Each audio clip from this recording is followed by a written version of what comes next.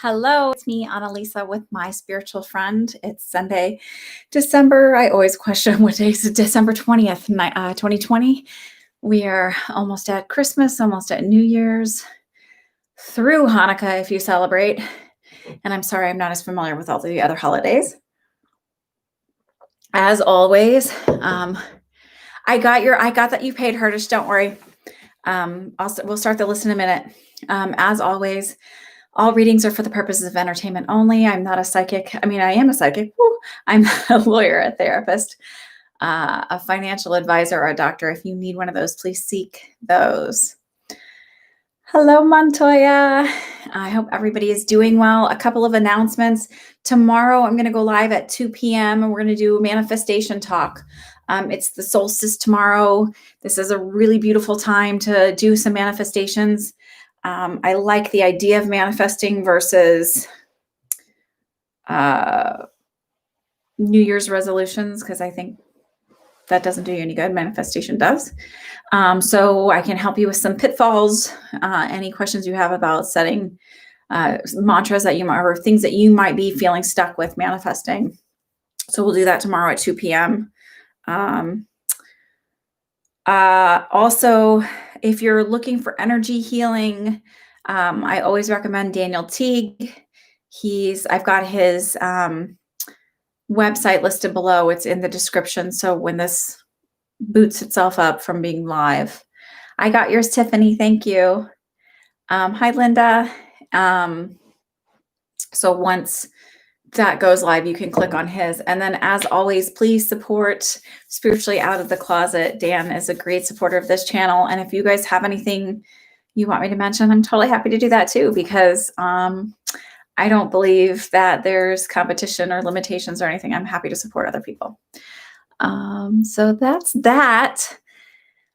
Let me look at who else is added, because I know there's a couple other people that have paid for readings since I last looked. I was doing dinner and bedtime and all of that good stuff. I hope everybody else is well. Okay. To add on to the list, I have to look at where I left off, KK, with you. This is just taking a minute to load. Let me look at your list. So Kwana Herdish. I've got Tiffany Thomas on there and Emily Fleischman. And then I've got Allie.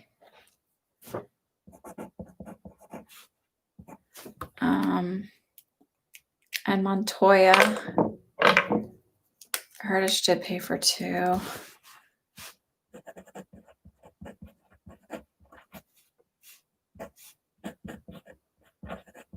It's nice to see you again, Herdish. Some of you are back a little bit. I think Montoya, you're back. Nice to see you again. Nicole paid for 1. Oh, I guess Allie paid for 2. Allie paid for 2, so mark her for 2. And Joanne Toole paid for 1. And Emily Villarreal.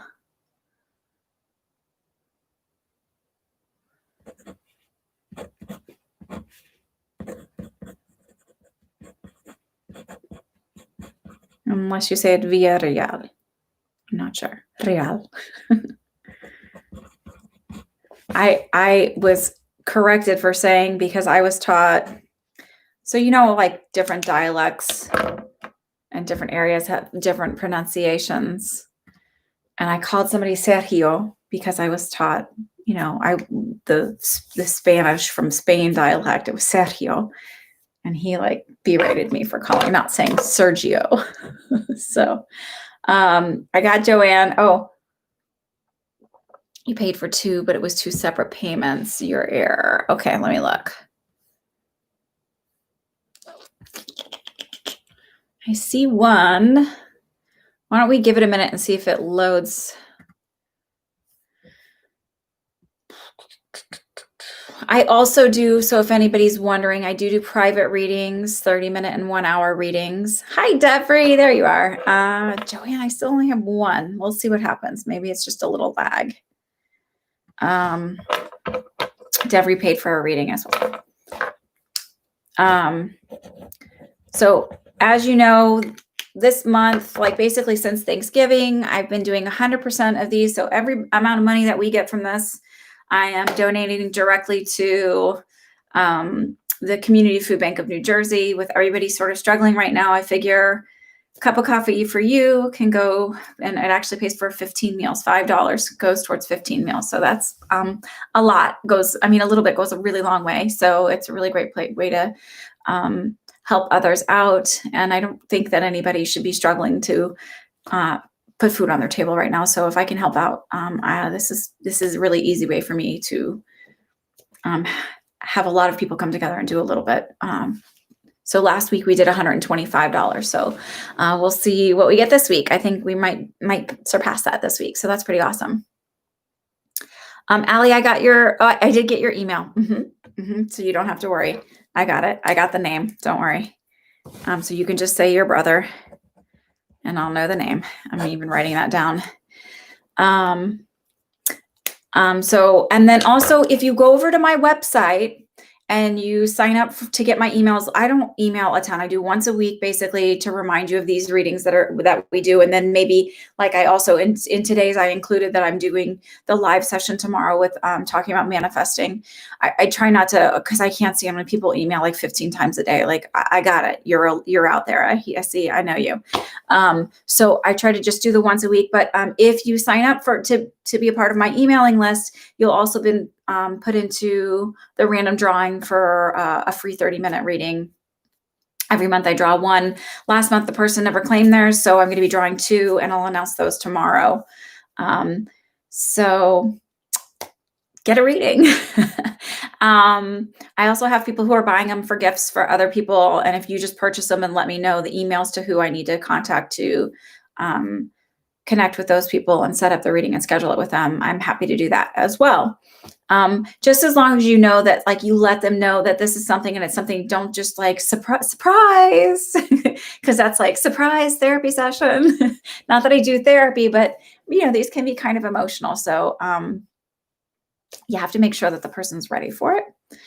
I tend not to do, somebody else asked me about doing like a group mediumship reading. A lot of readers do those. I tend not to, and only because sometimes personal things can come up that maybe you're not really wanting to talk about in front of other people. So just letting you know that, but I tend not to. I tend to kind of shy away from that. And even when I do like events and parties and stuff, I prefer to do like little mini individual readings versus I can do gallery style readings. That's what we do for church. It's not that I can't do them. I always feel it's better in like when there's like, you're with a whole bunch of strangers. Because again, you just don't know what can come up. I always think it's different in church versus doing it. I don't know. That's just me. All right, y'all. Let's do this. Let's get started. I hope everybody's well. I'm excited for tonight. Let me see what everybody has said. I got Allie's email. Yeah, it's so crazy to me that like such a little bit can go a really long way. So that's why I'm like, and PayPal they still knock me. I've like tried to switch it to where I'm not, because it's, donations, and they don't. So I just eat that. I don't worry about it, but it's really easy to like donate. So even when I do the 30% out of here and I'm only taking 30%, which is, I still do charity, and I'm probably still going to keep doing the food bank, because again, a little goes a long way and people really need help right now. So even when I take only 30% of the donation to it, it still does a really great job. So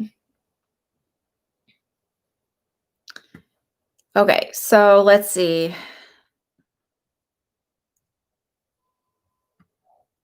Okay. Okay. Let me look at everybody, let me try and catch up with everybody's payments, and then we'll get started. If we want to start with Urban Lady, Matt Severs, and Patricia, if you guys want to write your questions. Well, I'm looking for payments.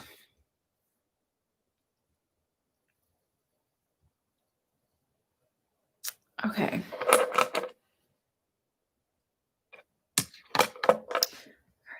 Oh, okay. I got Montoya. I got the extra 2 payments. And Queenie, I got yours. So, okay. So Montoya, you want 3 questions? Devry has 1. Joanne, I still only have weird. Queenie has 1. I might have to close the list soon.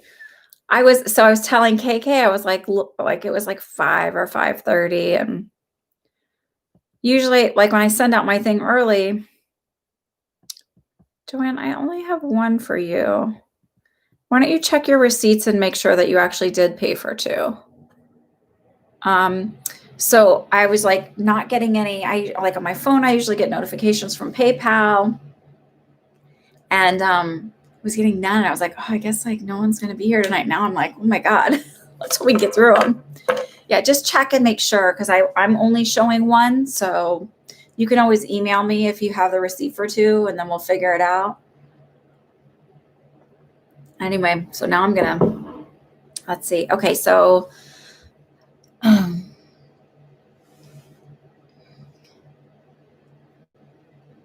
okay. Matt says he's trying to get away from. Do you mind giving me your business partner's name? Just first name. I don't need a last name.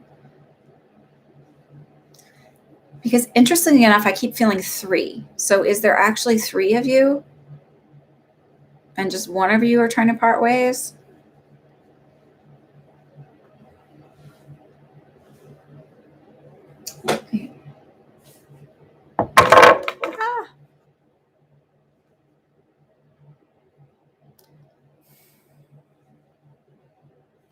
Can you, Joanne, would you do me a favor? Oh, it just popped up.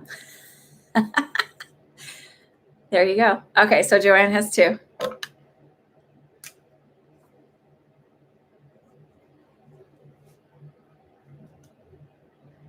Hi, Dan.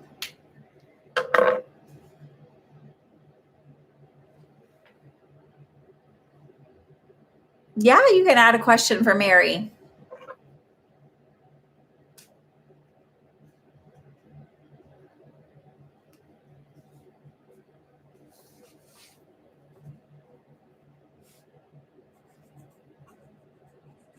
Done. It's already paid for. Okay. All right. No, stop donating. You did enough. Thank you, Dan.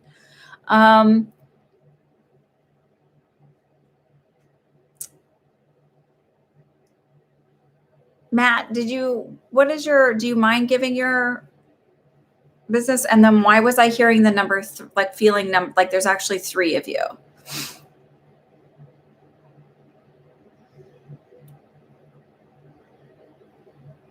He was just here.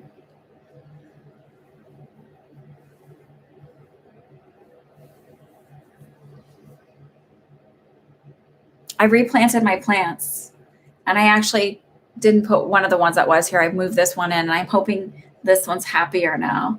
They seemed very sad in their other pots. You added your question in the notes. Okay, I'll go back and look for that later when your name comes up. Okay, can I get Matt, until I get Matt's response, I just wanted the name with that. And then also if you can validate why the 3. New Year's reading, I donate extra for the food bank. No second question. Thank you. Urban Lady, what was your question? Did I name my plants? I haven't named them. No. I just talked to him and then I sent energy into the pot after I planted it, and I was like, I hope you're happy. I'm trying. Matt Severs, where are you? Okay, Isha. And then let me see. 1, 2, 3, 4, 5, 6, 7, 8, 9, 10, 11, 12. Okay. Well, they weren't looking so healthy before. So they were feeling sad. It was so funny. My 3-year-old, I was repotting him and she goes, Mommy, and this one, she goes, Mommy, it's very sad. And I said, why? It needs water. It's very sad. Like a Charles? I don't know. I got enough Charleses in my family. My grandfather, my uncle. Like, my family is like full of weird names where it's like Mary is very prominent. Charles is very prominent. John, Frank. Like, it's weird. There's a weird name thing, and it crosses over families too. It's super weird. Okay. So, Matt, where did you go, dude? I'll come back to you. All right. So let's look at Urban Lady. If you have a question, Patricia, Dusty Rose. Let's get some questions in here.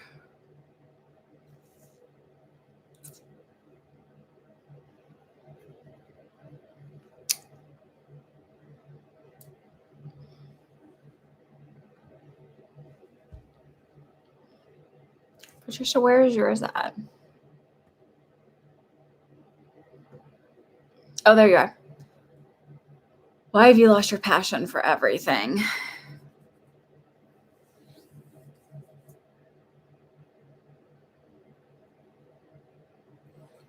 So it's sort of a combination of things.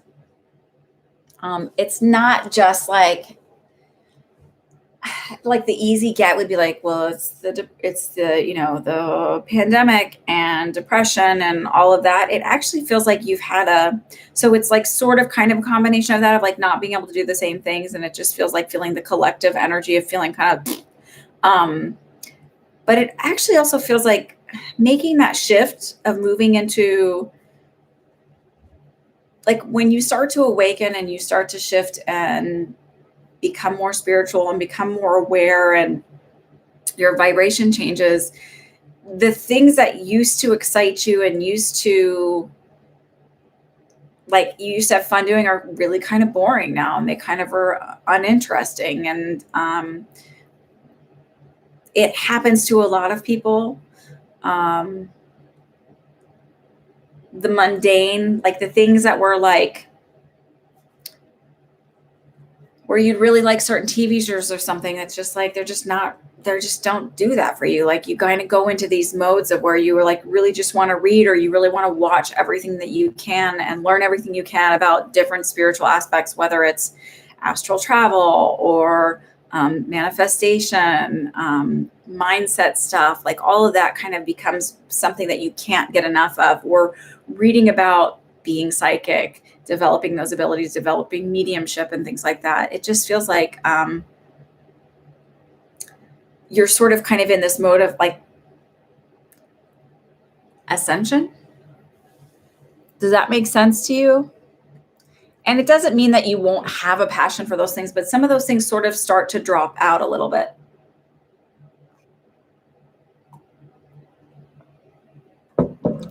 You said you can't work because of it, and you've been pushed into retirement because of it. Sometimes the universe forces you to change when it's time to change. And it's not always a bad thing. If it didn't happen that way, you would just keep doing the same thing over and over. Because sometimes, even if it's something that's not healthy for you, many of us will stay in certain patterns because it's comfortable, even if it's not healthy. I'm sort of not that person. I'm like, if I see I need to make the change, I don't care how miserable or uncomfortable I'll be short term. I know long term I'll be happier. So it's just we're sort of regrouping and being okay with that change. They forgot the money. Well, so then that's part of manifestation is not that the universe forgot the money. The universe always has your back. Money comes at you from all directions and in all ways. So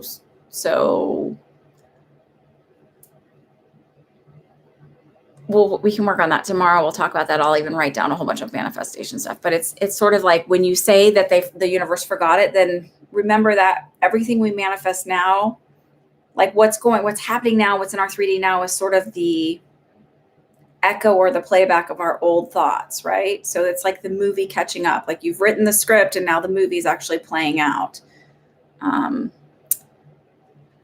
So just remember that that's the old stuff. But it doesn't feel like, I don't feel like I'm in major, massive depression or anything like that. I feel like I feel like you're empathic, and so you're sensitive to the collective energy that's going on.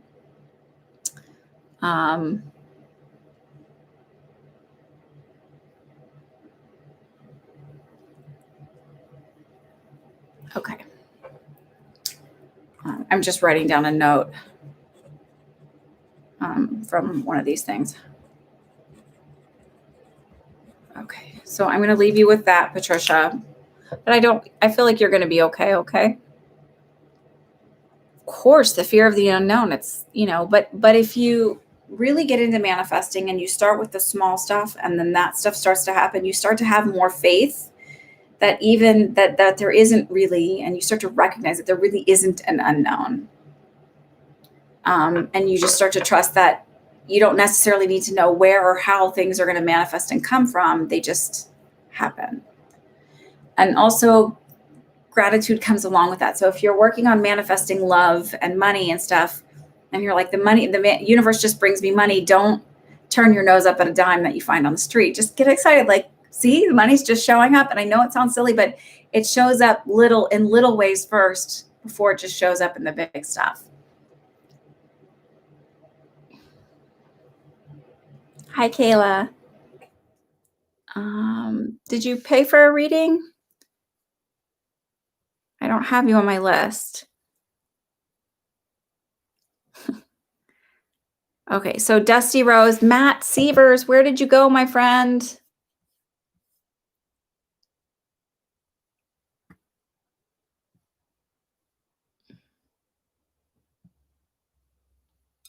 Okay, Urban Lady, let's see. Just a general reading for the coming month.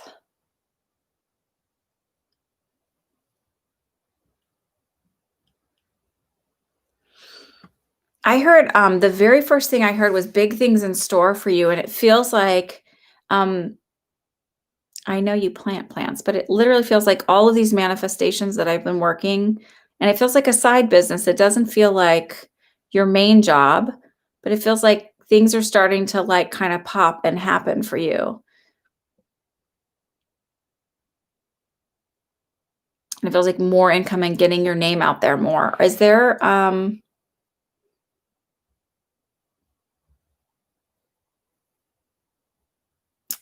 I don't know if it's like I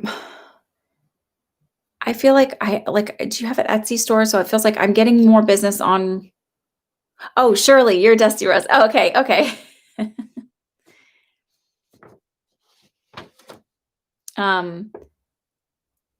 So it feels like I have more online, but I also feel like people are buying a lot more from me in person. Does this make sense for you? Urban Lady?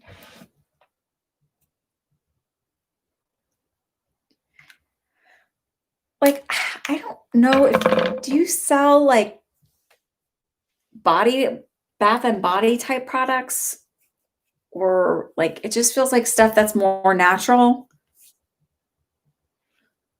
You design on the side. Okay. It just feels like something happens, like things are starting to happen and start to pop. So it's like either it feels like I have my name in like smaller boutique type stores. So maybe you have your name as a referral for designing. Maybe you have your name, I don't know, like, or your products or your items in little stores. And I feel like more and more people, because I feel like it's like more and more people are having my information or my products or whatever.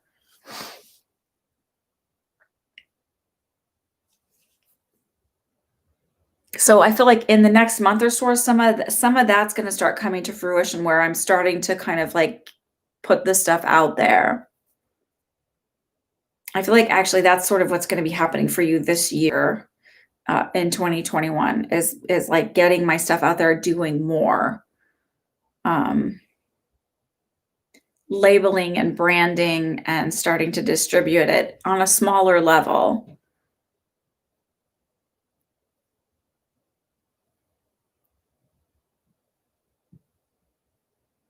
I do feel like it'll be something that you do on a bigger level, but that's a little bit further out. Like having your own store. If you think of like, I'm trying to think of like a little small, like the way I keep feeling it is you know that movie Practical Magic. How she has her little store, but I feel like you having that, but it feels like darker wood. Like her store, I think is white with all that stuff, but it feels like having something where it's like darker wood, but more natural stuff. I feel like you'll have your own store, but that feels a little bit further out. It feels like initially I'm like maybe putting my products just to see how they sell in other people's stores. It feels like a lot of wooden fixtures, as opposed to being really modern and clean and neat. It feels like it's got more of a I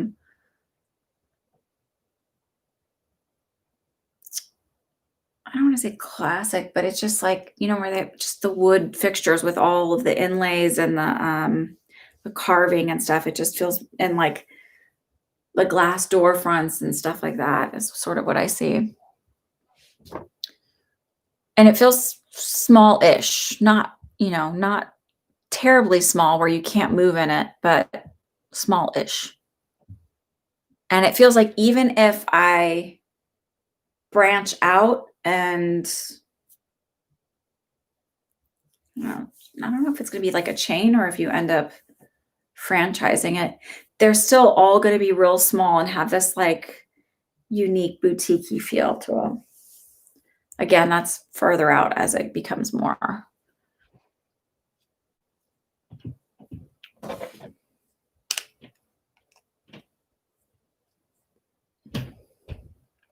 Matt Severs, where did you go, my friend?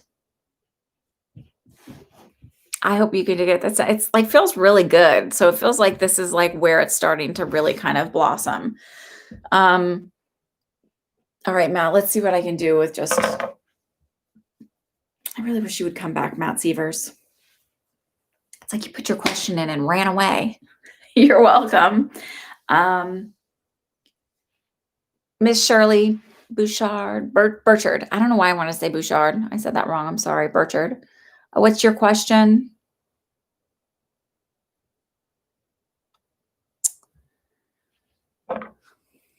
And then Linda and Starry Sky, you guys are up. And Kawana. And then I'm going to close the questions because I keep feeling this buzz and I'm getting a little nervous that it's going to be so many that I'm going to be here for 4 hours. But remember, you guys, I'm back every Sunday. And next week, I'm also going to do this as 100%. Because.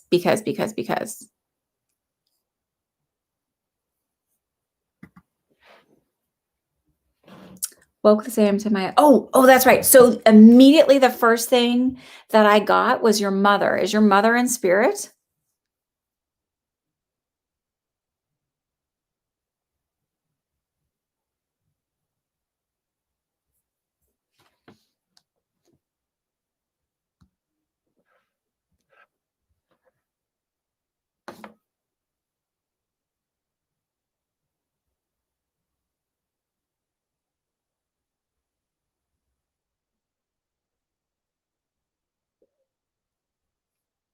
Your mother's in spirit.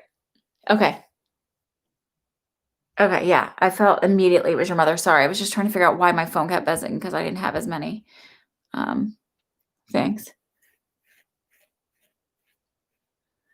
Listen, I'm happy to help people. There's really, I mean, it really is. There's just too much right now. I mean, people are just struggling so much. And I just think the last thing that you should ever have to worry about is food or a roof over your head. I mean, it's really sad what's going on. So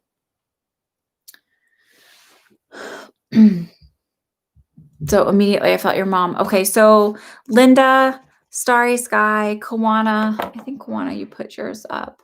I'm so glad you're back, by the way. It was nice to see you again, Dusty Rose. Shirley.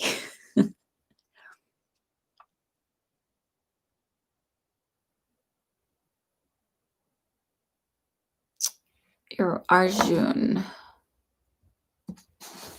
It is a really nice gift when they show up that way. It's funny because my guides have been doing when I ask for validation, they'll like random things will show up too.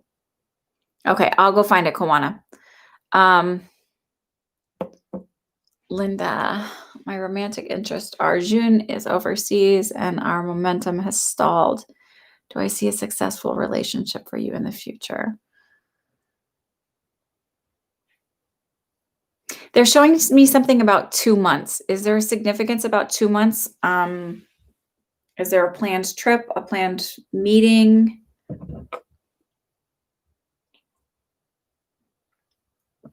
Oh, okay, you can pay for one. That's fine.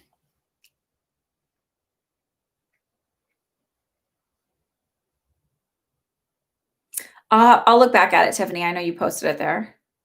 So there's something about 2 months, and I don't know what that means. So I don't know if it means like a planned. Is there any way he would travel to visit you?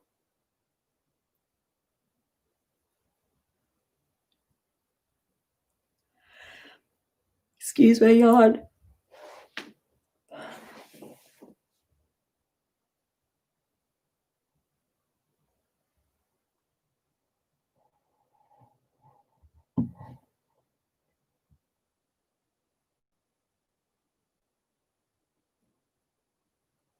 Families that are close. There's something about a shift into something in 2 months. So I don't know what this is. They're not making me feel like, but it's like feels like something significant in 2 months. But the other thing that they talked about is sort of you sort of watching your mindset, right? So and we'll talk about this tomorrow in manifesting, but like we get stuck on what's currently in front of us. And like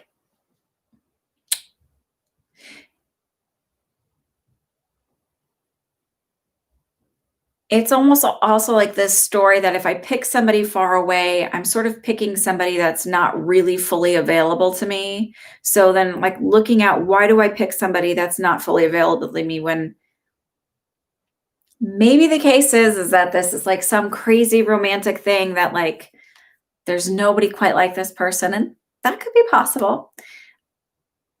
But what if it's that I pick somebody that's safe? Like if they're further away, either it's safe for me to open up emotionally because I don't have to fully give myself and make myself fully vulnerable physically, um, or we're not fully having to make myself vulnerable. So I sort of like to me, I always look at and wonder why do you pick somebody that's far away versus the potential for love close by?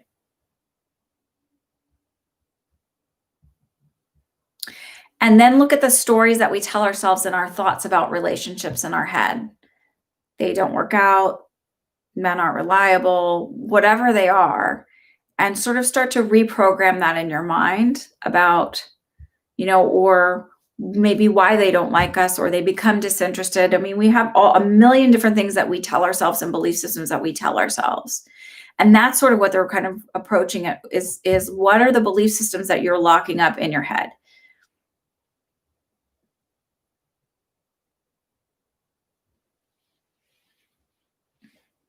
Hi, Eva.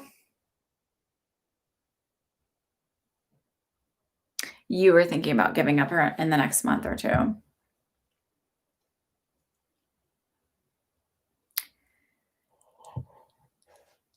I I honestly, I mean, even though you say that, I don't necessarily know that it's going to be this really long-term relationship. I sort of wonder if it's just occupying your time and maybe if I'm tied up with him, then I don't have to fully make myself vulnerable to somebody that's actually a potential to be with. I don't see him moving. So unless you plan on moving across the ocean and being away from everything that you know and everyone you know, um, um, I just feel like he's really set in his ways, really set in his ways. Um, and things kind of going according to what he wants.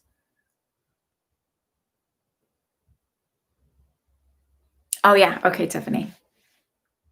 So my feeling is that like really what they want you to do is like look at what your own mental blocks are and your own limitations and belief systems that you have, not about him, just in about relationships in general. What are the things that you tell yourself over and over, and see how you can reprogram that belief system so that it allows for not just him as a relationship, but any relationship to come in and be a possibility.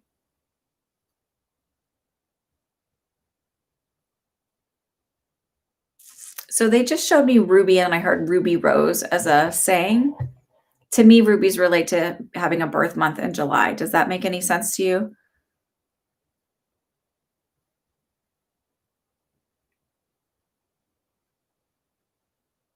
And then Tiffany Thomas with the world will be any success ahead for you as a yoga teacher. I do feel like you will, but I almost feel like wherever you're at is a little saturated. No July references. So hold on to that because that might make sense to you, Linda, for the July thing at some point. And I don't know why, but or Ruby Rose, it might make sense later. Sometimes that happens. Um,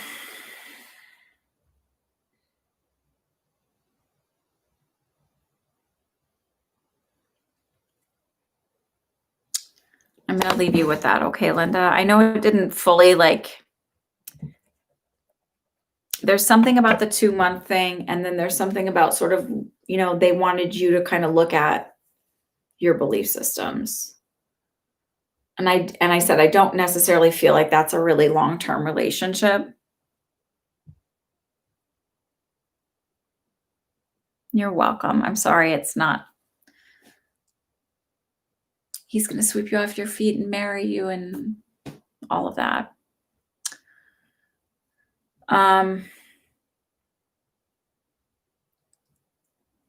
Starry Sky and Koana, you guys are up. Tiffany. So does it make sense when I say that it's like sort of a saturated area where you're at?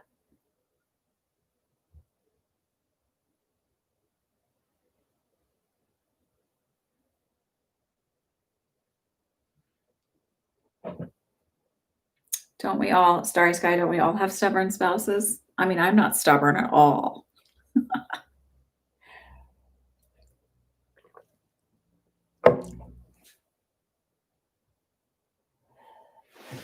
Stubborn can be good. Can also be a big, giant pain in the ass, but it can be good.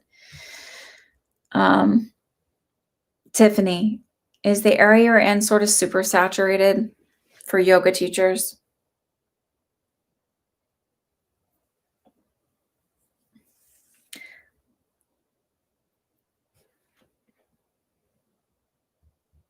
Yeah, a little. Okay, so it feels like you'll do well, but I also feel like you'll sort of have to itchy eyes. Like look outside of the box. So not just go, oh, there's 15 yoga centers here, so I'm going to just like work at all, like kind of just take a class here and there because they can't really take me for a full thing, where it feels like I sort of have to think outside of the box and maybe getting into yoga silks when that's not like a big thing in the area, or maybe going a little bit further out or offering more personal training. I'm not exactly sure, but it's like sort of like you'll do well, but it'll be because you're thinking outside of the box, not because you're doing the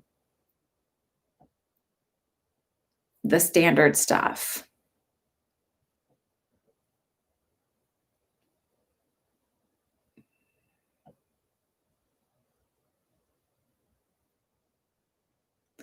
I wouldn't be surprised if you sort of specialize a little bit in mother and baby yoga, because I just felt like pregnant. I mean, it could be metaphorical, like pregnant with the ideas coming to you, like you've got them in and you're sort of like growing those ideas. You already sort of have ideas of what's going on, but I actually felt like working with pregnant women.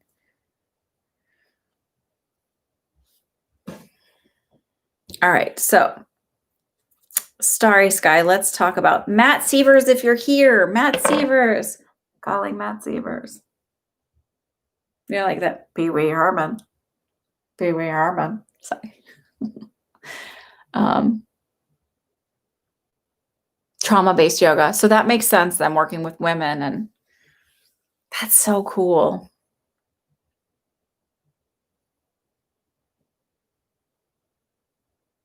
That's so cool. Good for you. Then maybe the outside of the box is like working with therapists to kind of like line up and help, like where it becomes a conjunction thing where you have like workshops. Could be something like that.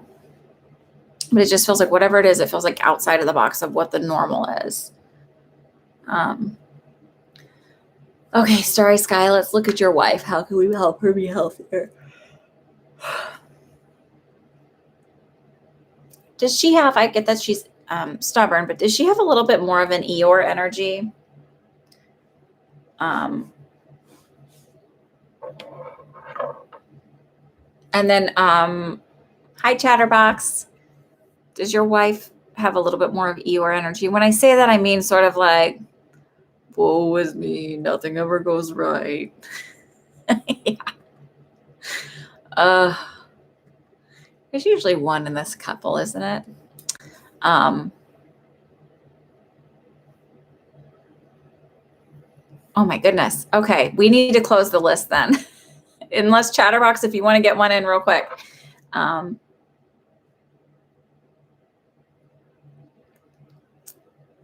Thank you, Lisa. Okay, Eva, I got you ×2.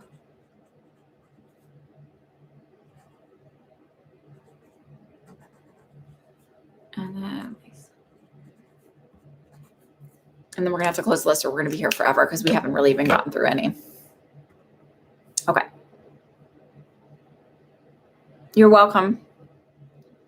All right. So, Starry Sky, let's look at your wife for her Eeyore energy. So, that was like the first thing I felt like was like to make someone healthier. It sort of feels like sort of planting the seed of mindset. And the idea that like, if you believe it, then it is. Like if you're always like, it's like my husband has an Eeyore energy. And I'm always like, well, obviously if you believe it's going to be terrible, then it's going to be terrible. Or if you believe that you're going to have another surgery, then that's what's going to happen. Like self-fulfilling prophecy.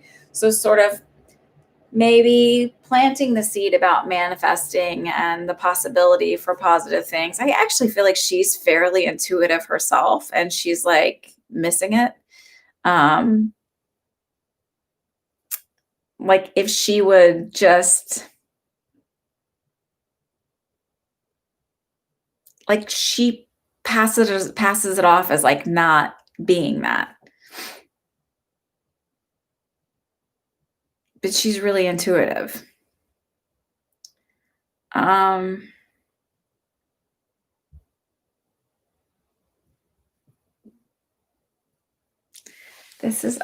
think that this is a reference to cholesterol issues.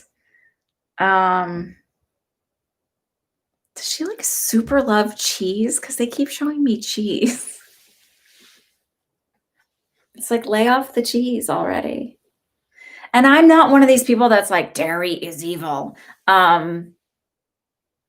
Because I have so many food sensitivities, like dairy is fine in my diet. And I'm like, no, fuck you. Dairy's like, I'm eating dairy.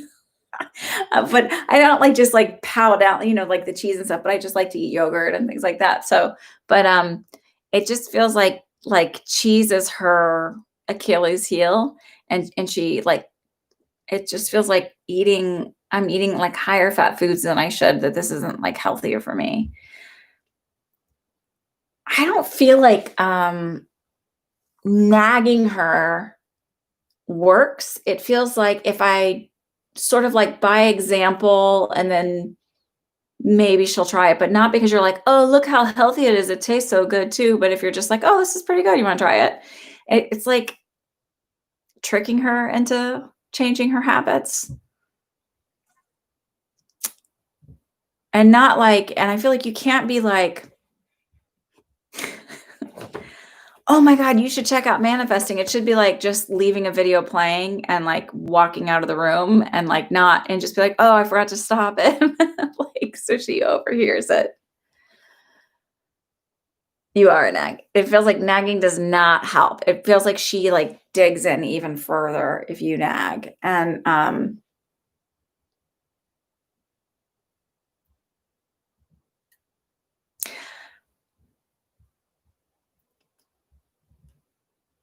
I also feel like it's gonna be like, cause like with my husband, I don't nag him at all. I'm just like, whatever. Like you people probably think I'm nuts for it, but I'm like his father-in-law, but it's also sort of like weird enmeshment stuff. But my father-in-law, his father was like, "You don't wipe the grease off his pizza?" I'm like, "Fuck no, I don't wipe the grease off," because my mother-in-law will plot the grease off his pizza. I'm like, "I don't do that. Like, are you insane? He's a grown man. If he wants to do that, he can do that himself." Um, I don't nag him about stuff. He goes to the doctor. If the doctor talks about it, then, whatever. And then I might say, "Oh, yeah." And I kind of do my own thing. And then he can, it's like sort of leading by example rather than nagging because I don't know. I learned a long time ago when I was a nurse that like nobody in my family ever listened to me anyway when it came to medicine. Nobody listens to me about the psychic stuff. So it's just, why waste my energy? The only other like sort of thing I could think of is like setting intentions and doing the manifesting thing that way, like sort of doing it on the back door and like talking to her higher self. Like, so if she's asleep next to you at night, like have a conversation with her higher self. Like, hey, like that's the kinds of stuff I do. I just, maybe it's a little sneakier, but whatever. Set the intention that you see them doing better. So it's like visualize and be like, oh my God, like even an easy way to do it is be like, Anna, oh my God, I started doing the manifesting and she's eating healthier. She's taking care of herself. She's totally into manifesting now. And she totally sees how her thoughts actually create her world and how if she's thinks negative, then the negative happens, that kind of stuff. That's the best way I can say for her to change. Because but they're showing me like really though, like high cholesterol feels like it's a big issue.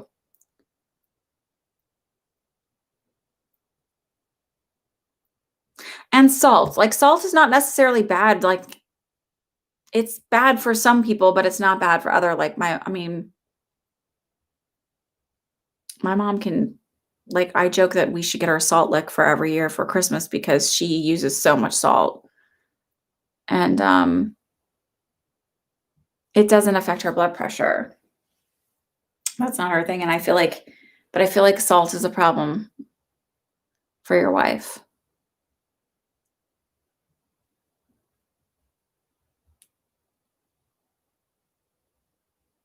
I also feel like she stuffs her emotions. She feels really sad. Like it feels like there's a lot of childhood stuff never really being fully accepted and loved and approved of. Like always feeling like someone's dangling the carrot and I can't ever quite get it.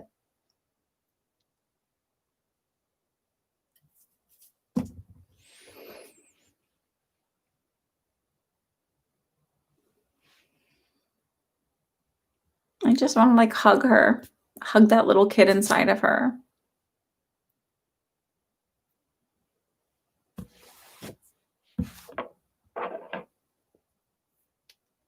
I don't know. Is this what you were looking for?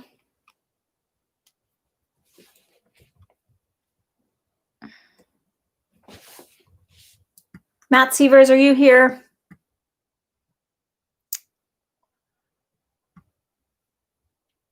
I don't know why I keep delaying on answering that question. It just feels like I'm supposed to delay it. Okay.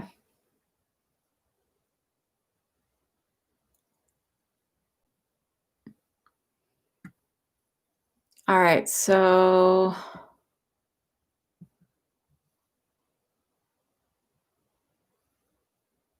Kawana, are you here? Kawana, Emily, Allie, Montoya.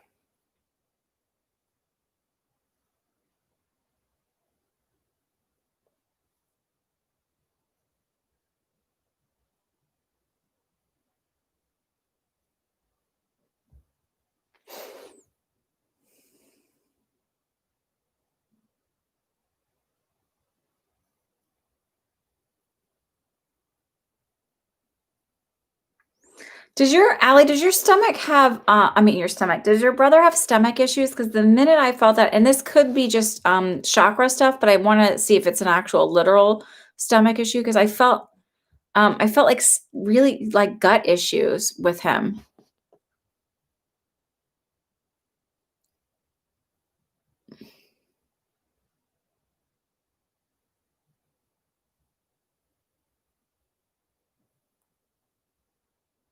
He does. Okay. Um,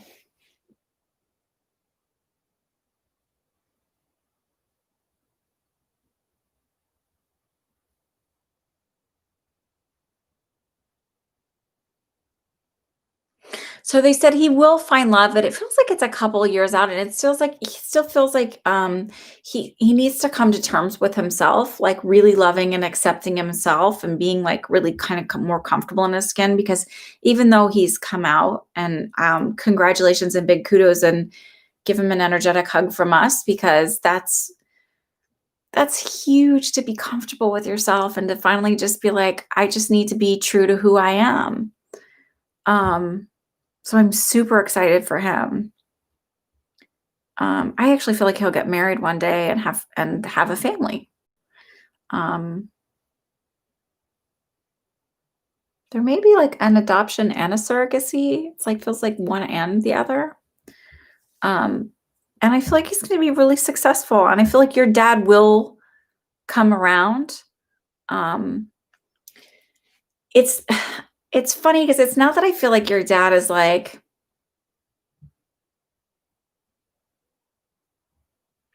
I think it's like sort of mourning the loss of what he thought,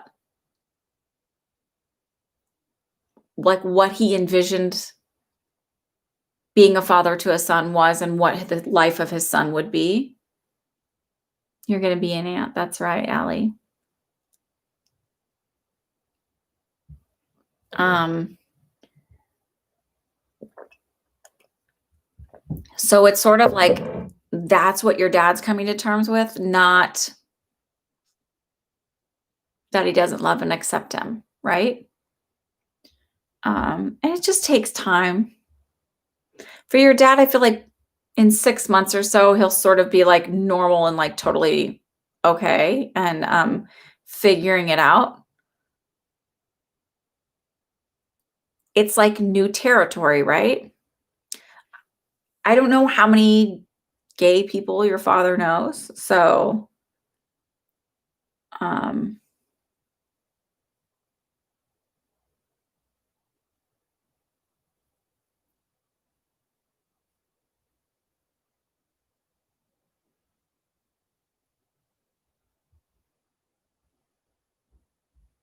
that's okay. I just thought, what happened to him? Yeah, you can still do your question. I'll do yours as soon as I finish with Ali real quick here, Matt. Sorry. Where'd you go? Um, Matt, just be thinking about this because there's like a delay or whatever. But I kept getting the number 3. So are there 3 of you in this partnership? It's not just you and one other person. So Allie, with your dad, I think it's just a matter of like him sort of adjusting to his, this different path that he sees and envisions for his life. I think he also worries about struggle for your brother. Like, I don't feel like your dad's a giant big bigot. Like, I just don't feel that. I just feel like it's emotionally overwhelming, but not for the reasons that, like, not the stereotypical reasons, right?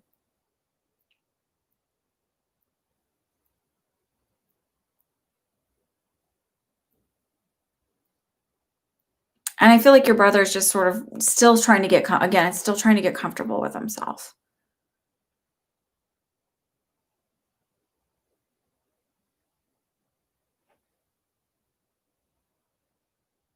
I hope that's helpful, Allie. All right, Matt, let's get to you. And then I've got Emily. Kawana here. Hang on.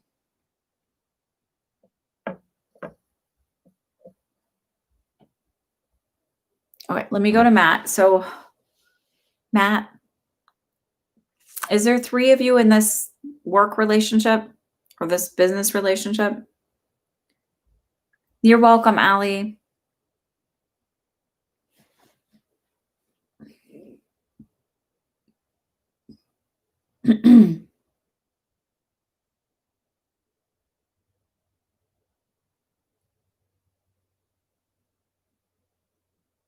Yes, okay, good. So that's why I got this for you. Do you mind giving me the name of the one partner you're hoping to step away from?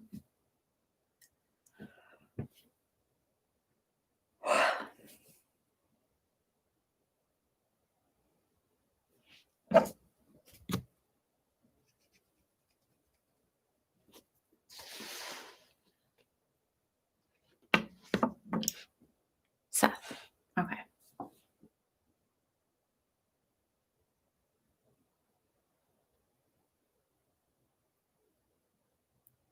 Is Seth like super type A? I just feel like this like really high strung feeling, like almost anxiety.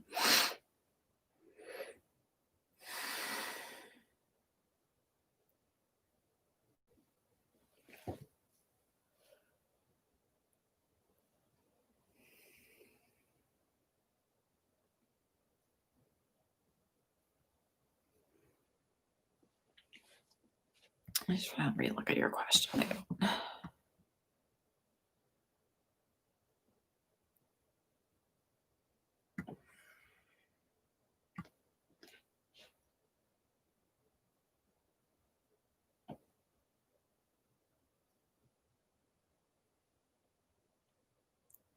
He fluctuates. Okay.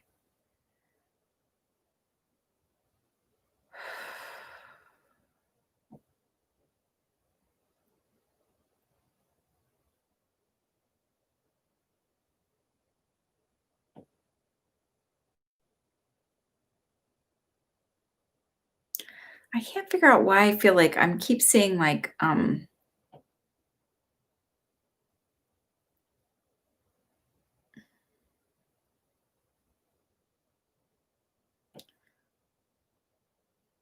it looks like the way electrical wire, like when you have wires that are different colors, and it just feels like they're kind of like intertwining, and like it seems like they're all knotted up, but that if you just do it the right way, then you can pull them apart. Um, it's weird because it feels like he thinks that his value is more than what it really is, and it's sort of like he wants his cut from it. Like it's like I'm making it harder than I really need to.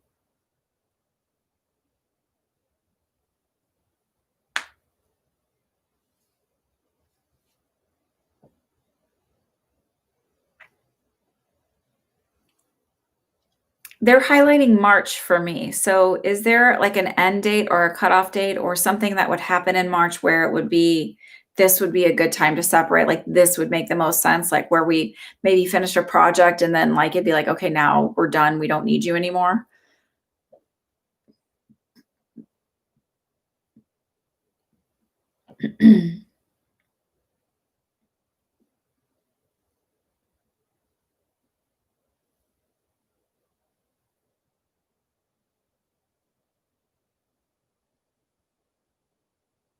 It just feels like March, I could be like, okay, now we're done. We can be done. Like we don't need you anymore. Like it feels like he still has some pull with some project or something until then, and then after that we can be done. And that then it feels like clean break, fair shake, like everybody got what they needed out of the deal.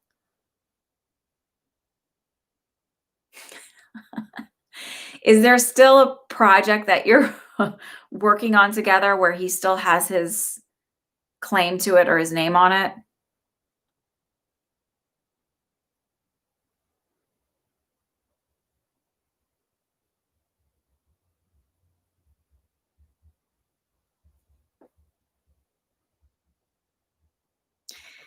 There's 20 of you here. Can you guys hit a thumbs up, by the way? And make sure that you share and like and subscribe and all that. Yeah. Okay. So it feels like by March, that's done and we're clean and done. So I feel like by March, you'll be totally done. He won't let go of it because it's like it's sort of like his ego is like, he thinks he's bigger in it than he is. I mean, that's just how some people are. Excuse me. You're welcome, Matt. I wish it was easier. Take from it what you can, though, like whatever lesson you need to learn, whether it's learning your intuition when you meet somebody again like this that you partner with, thinking that you need them when you really don't. Learning how to read people better so that you don't run into this again. I don't feel like he's evil. I just feel like he's a pain in the butt.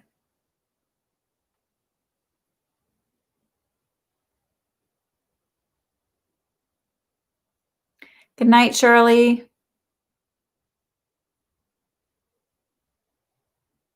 Yeah, Herdish, I have you. You're almost on the list. You're almost there. I just got to get Kawana and there's a couple people ahead of you. Let me see. Kawana says it's been a rough year.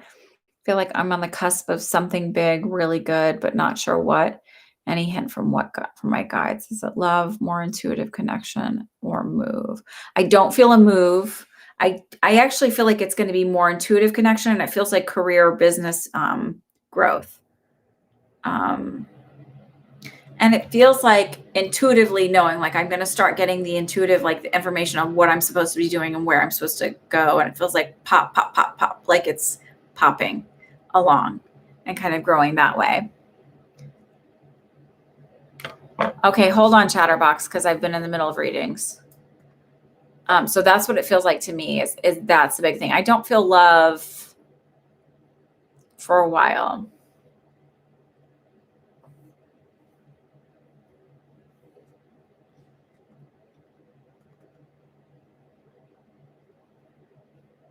I guess, Chatterbox, are you Cheryl? I believe so. Then you're paid.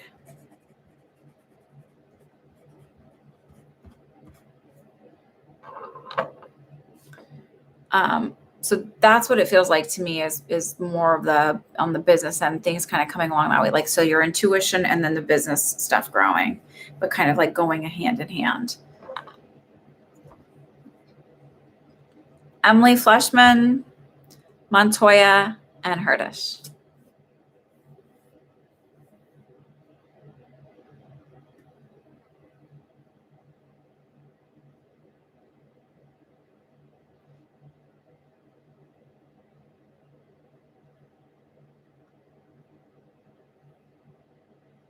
Oh, okay, EF. What is your question?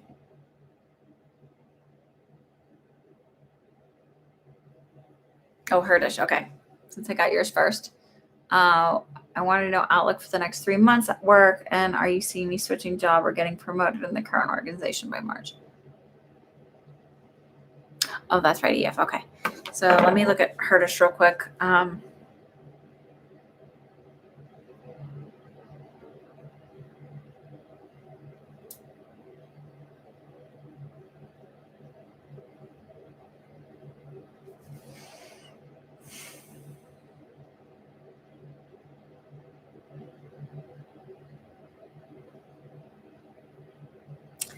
I feel like, so I do feel like you'll get offered a promotion, but it feels like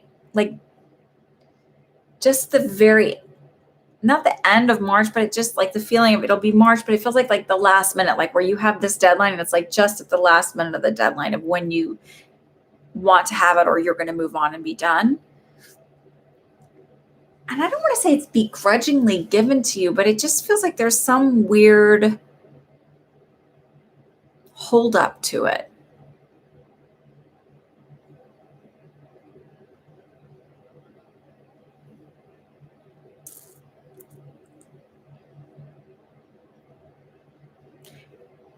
Is your boss a man? Like, the person who would offer you, because I keep feeling that the boss is a female, but it feels like the person who would actually give you the job is male,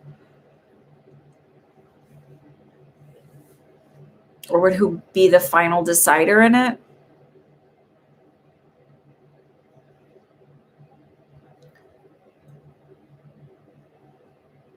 So the other part is that I actually feel like you'll have like, it's like another job offer. So it'll be like a choice between the two. So I don't know if that means that in the meantime you start putting your resume out other places, but it feels like I have a choice I get to make. The other one may be slightly less pay, but more opportunity in the long run.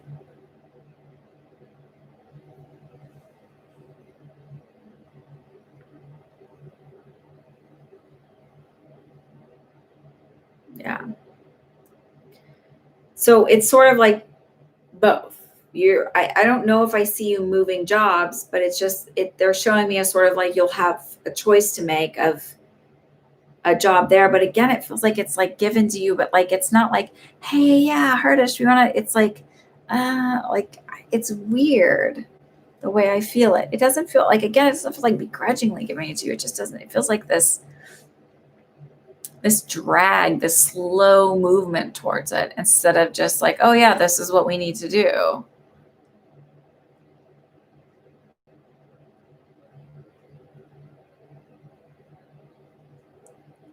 And that's sort of what I see when you're like, what's going on in the next 3 months? That's sort of see taking like front and center for you, because I feel like everything's okay with the family.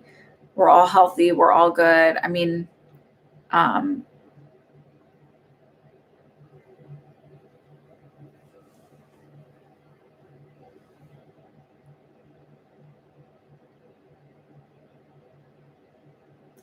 and to me, it's like you're the obvious choice that would get it. So I don't understand what that is. It's like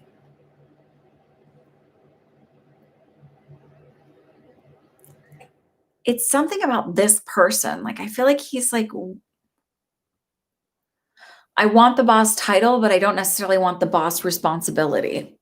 And hiring and firing is part of your responsibility when at some point, and like making decisions that are hard and kind of suck.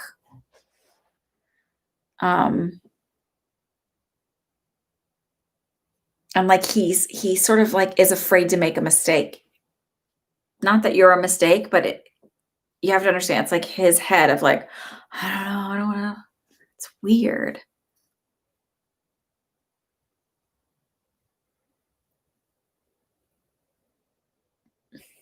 I feel like your kids are doing surprisingly well, like with all of the virtual school and everything like that.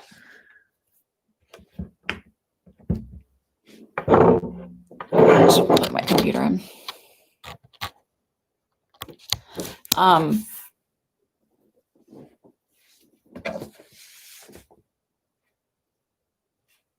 so Emily,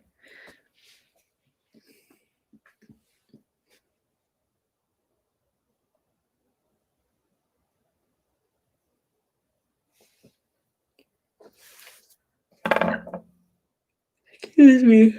Sorry, guys. I don't mean to be so sleepy. Don't worry though, it doesn't change my readings. My readings actually go really well when I'm sleepy. Okay, Emily, let's see how your date is gonna go.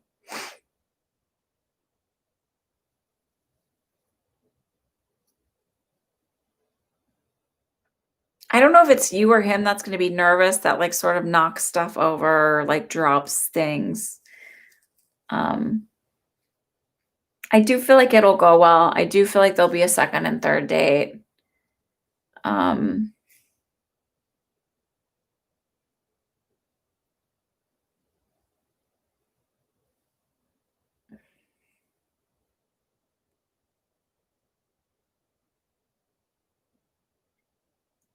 he feels easygoing, like it's like makes you laugh. So I do. It feels good. I don't feel like, oh my God, I'm gonna marry this man like the first date I see him. Like you hear those stories of people are like, I just knew our first dinner and then I was gonna marry him. I don't feel that, but I do feel like good chemistry and like you said, and then like there'll for sure be a second and third date. It does feel like a lag time, so I don't know if he travels or something with the holidays or something with whatever, that there's like a little bit of a lag between the first and second, but I feel like still good communication in between.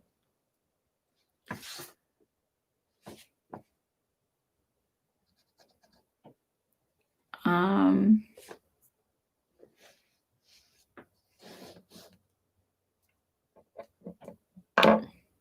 Montoya, Nicole, Joanne.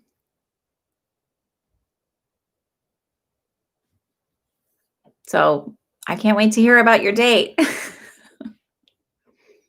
Come back and tell us next Sunday. You're welcome. Montoya, you want to type your questions. Nicole, Joanne T.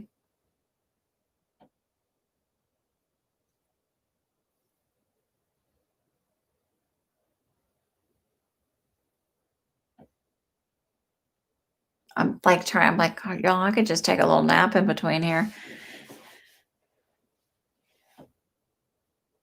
We do Hanukkah and Christmas. So my children, like we told them this year, since Santa's coming, and they have a lot of stuff that we need to do Hanukkah every night this year because, oh my holy crap, y'all. Oh, you sent them in notes. Okay, give me just a second.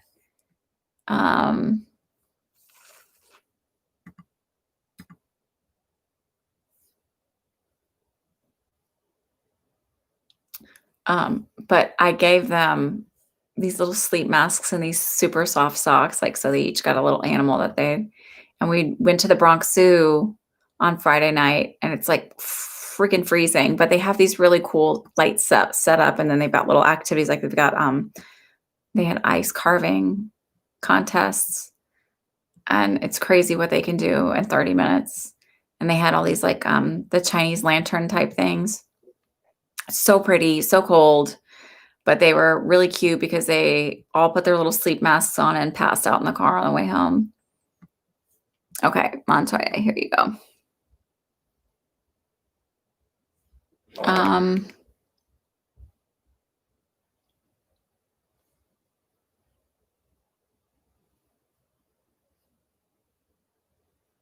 Okay, so first question, Montoya said, will I be online sorority in the spring of 2021? Yes, you will. It feels like March, April. Maybe something, so it's like end of March, beginning of April, maybe that's the application process, the acceptance in May. And technically May is still spring, right? So, because summer doesn't start till like June 21st, I think is the solstice. So, yeah, it does feel like, it feels like, a little bit later than you were hoping, but yes, I do feel like that. The second question is, will your friends CB and you cross together? And I do feel like that's a yes as well.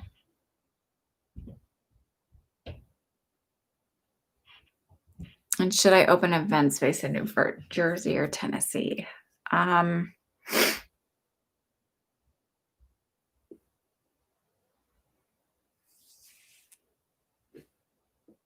I get that eventually it will be New Jersey and Tennessee. And I'm leaning towards Tennessee being first.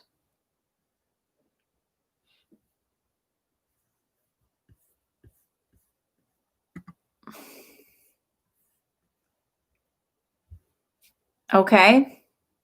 Please don't text a response while you're driving. You can put a message on the end of this when we're done. Nicole, Joanne T, Emily Villarreal. Okay, sir. What is Dennis's purpose in my life? Anything romantic? You're welcome, Montoya. Be safe. Drive careful.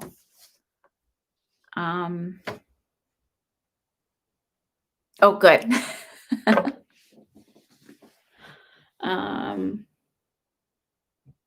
I don't want anybody get in an accident or a ticket and be like, what were you doing? I was listening to the psychic. Did the psychic tell you? Okay, sorry. Nicole and Dennis.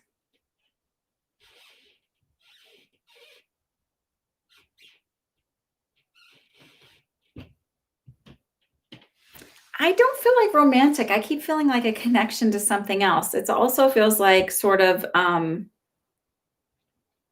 there's almost like a big brother, like older cousin type vibe. And I feel like maybe actually connecting you to somebody else that would be romantic for you, a romantic connection for you. Sort of, and also sort of like, I feel like he kind of puts you in check about how you view things and how you view the world and yourself. That's my feeling with it. I don't feel romantic. And I'm happy to be wrong. You know, I'm always happy to be wrong. I'm manifest some other stuff. Remember, and sometimes what I'm seeing the timeline, right? So it doesn't mean you can't shift it if you don't like what you hear. Yeah. Joanne T, Emily Villarreal, Devry, Queenie, you guys are up.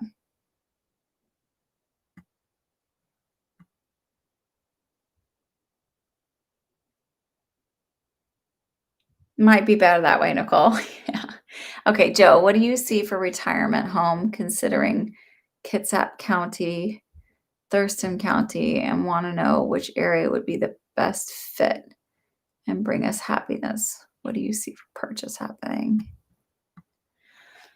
I see purchase by February. I see it really quick. It's like, it feels like almost like I wouldn't have expected it so quickly. Like it just sort of like fell in place, and I'm being pulled towards Kitsap. Where are these places?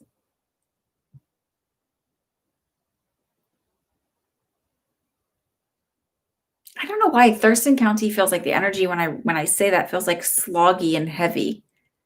Washington State, okay. Oh, I was being pulled towards. Is it northern Washington State, like closer to the Canadian border? Yeah. So I'm just anyway. Whatever. It doesn't matter why I'm asking that. And but I feel like Kitsap County is where you're going to be. It feels like lighter, fluffier, airier energetically, and the other feels like, I don't know why, I just felt like swampy, even though that's not swampy area over there, but it just felt like heavier, not great energy, like darker energy.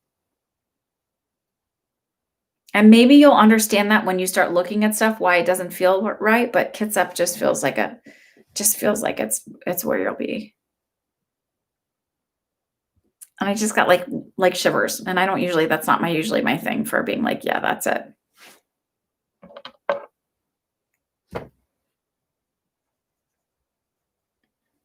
Does February make sense to you when I say that for purchasing? Could be closing on it, could be finding it, but this February is significant. Your first choice is Kitsap. Okay.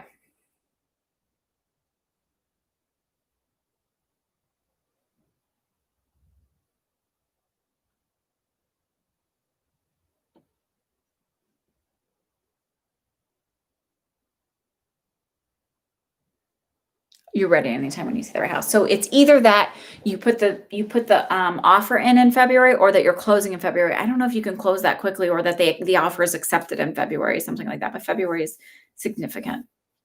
All right, Queenie, I don't quite understand your question. What do my guides need to let me know, please, in going to the beach for the 21st for winter solstice? You're going to the beach for the 21st?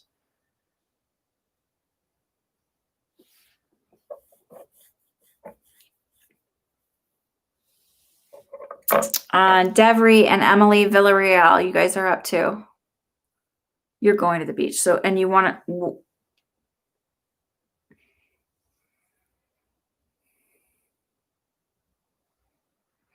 So to me, what they're showing me is almost like a peace washing over you, and a sense of knowing and a sense of cleansing is the feeling you're going to have when you're there. It's not that it's going to be like, oh, it's like, it's just that like this sense of like knowing and being really comfortable with yourself and having a sense of peace about like the process of it all. And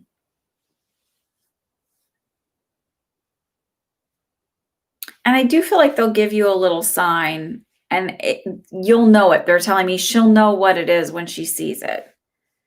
That like the thoughts and the manifesting and the things that you're putting out there are happening and coming to you.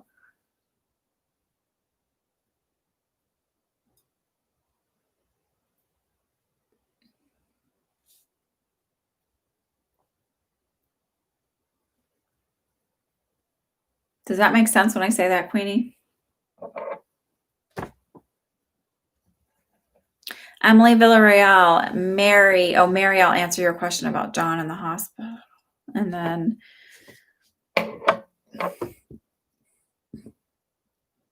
you're going with your husband. Okay.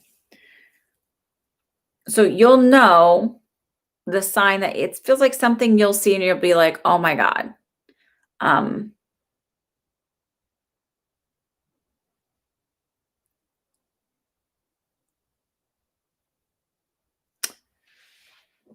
Do you see spirit? Because I just feel like the way they're making me feel is like your mediumship is sort of starting to open up, like seeing spirit and hearing spirit, knowing they're around.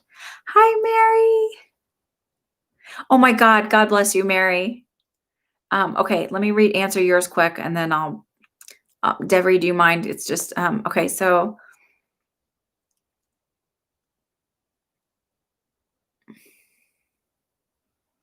pull teeth that won't stop bleeding.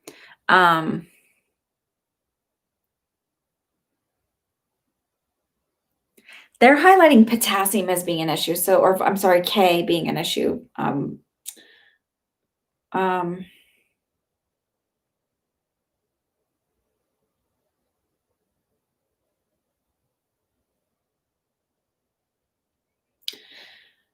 They'll be able to slow it down and stop it. It does feel like it's going to have to be something that he's actually monitored for, vitamin K, and have those levels drawn and monitored for him.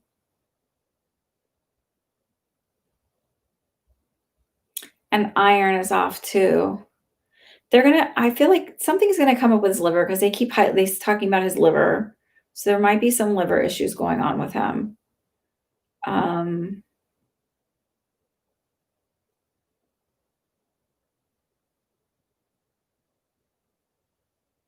not sure if I don't know that it's cirrhosis, like not like alcoholic cirrhosis, but it could be like there's like our fatty liver. There's something going on there, but it feels like it'll be manageable. It just feels like the teeth bleeding, they said, is a blessing in disguise. So he's going to be okay, but it just feels like you're going to find out something else is wrong, but it's sort of like a blessing in disguise.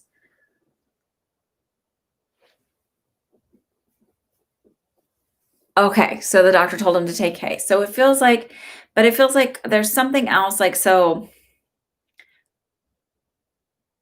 there's something with his iron being off. There's something with the K, but there's also something going on, like, because I just keep feeling like my liver's swollen.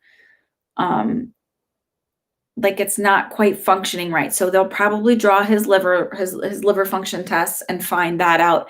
And then they might do a little bit of a biopsy. But don't worry, the liver regenerates itself, right? So it can heal itself. But they might do a liver biopsy at a point. Maybe not now, maybe once they get the K settled out. And then so it's like they might find that he has this issue but then they're able to treat it because they found out about this other stuff. So it'll be okay.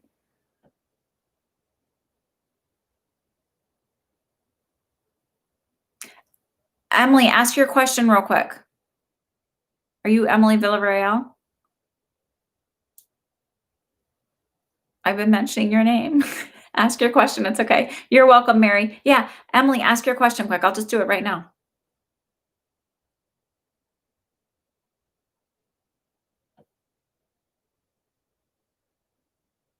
Okay, Mary, I hope that's helpful. He'll be okay. Let us know that or tell Dan to let us know that he's doing better or how he's doing. I'm Baruch. You're welcome, Queenie. Okay,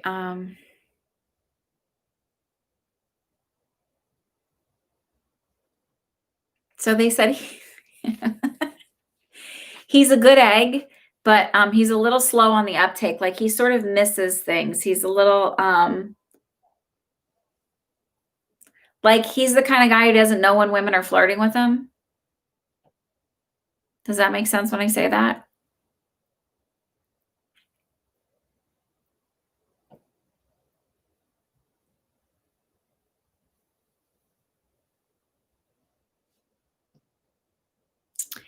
Oh, it's not for Dan, it's for John in the hospital, but Dan will let us know how John is doing.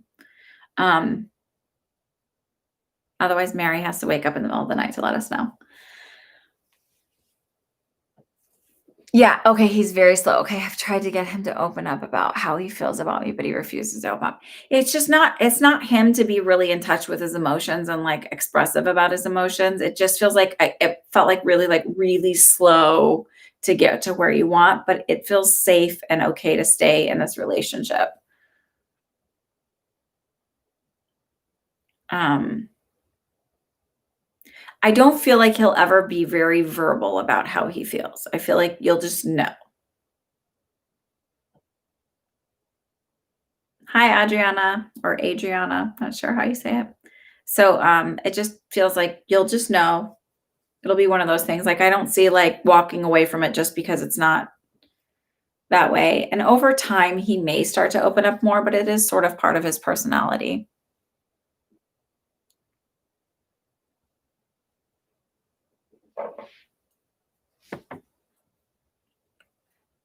So I hope that satisfies your question. I've got, Devery, I need to answer yours, Isha, Eva, Lisa, and Chatterbox, Shirley, and then we'll be done. We had a lot more people than I expected. I didn't shut it off because I just really want to help people. So,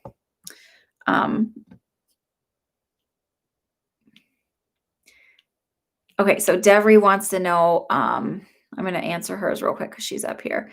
With the new year coming in, I just wanted to know, and thank you for your patience, Devery. I want to know, will my move and job situations work out for my favor?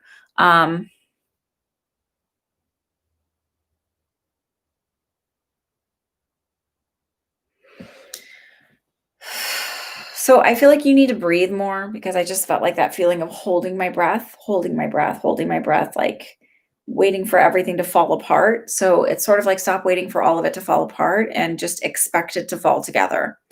Um, it will work out for you. It is going to work in your favor. I really do believe in that. It's sort of like when something doesn't, like when you're like, oh, that job fell through again, instead of thinking like, oh, it fell through again, think that it fell through so that the right one can come along. So it's sort of like shifting that perspective, which shifts the energy around everything. And I know that sounds like really easier said than done, and I will totally give you that. But the minute I just start expecting good things to happen, they start happening, right? So you shift the perspective of like, oh, it didn't work out because something better is on its way, instead of like everything terrible always happens to me. There's always a different way to look at something. There's always a silver lining, and it really does shift how things are. Um,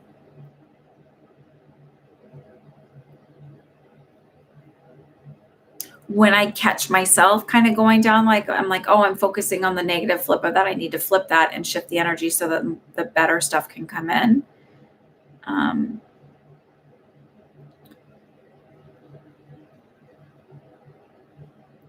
I really feel like you're going to be able to change this for yourself. And like, again, it's like a 2 month thing, February thing. By February, I'm sort of the beginning of February, I'm sort of like have this new perspective and this new idea of how I'm going to do things and move about things. Are you planning on moving in June, Devery?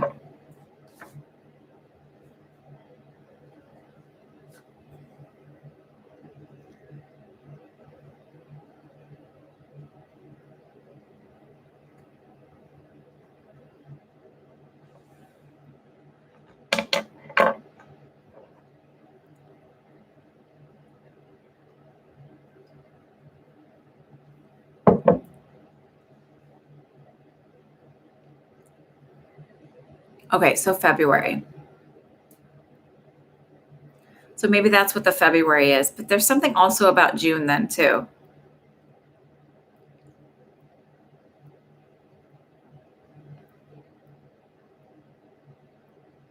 So there's something significant in February and something then. So the February could be that you've shifted it and you've moved and made that process then. And then by June, there's some other shift there as well. I do see things working out for you. And it just feels like it's the calm before the storm in a sense. Like, so everything's going to start opening up and moving. Have you also started to see some of your things manifest for you recently? because they're showing me like little things are popping up and she's starting to notice it now.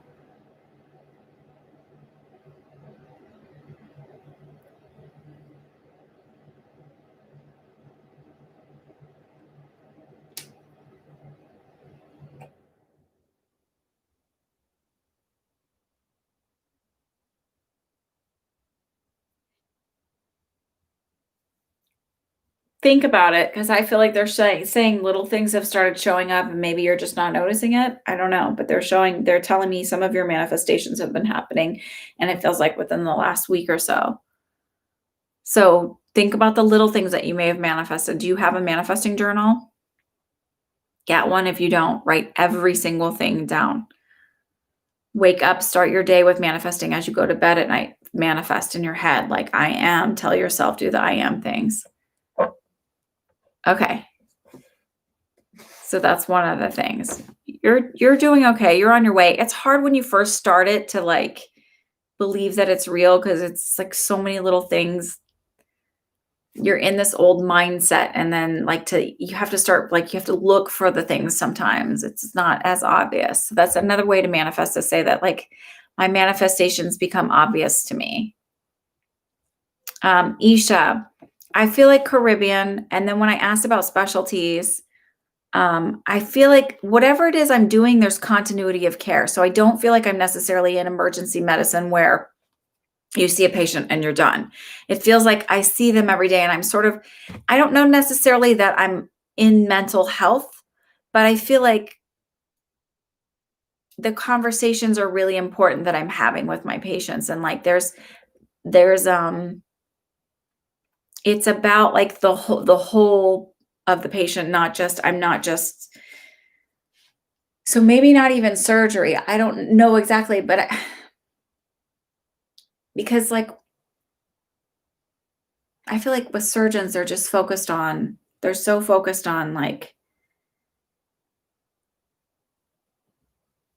specifically the area they're working on. Maybe oncology, because oncology would be more of a holistic type thing, right? They're worried about your mental health and your physical health and things like that. It might be something like that.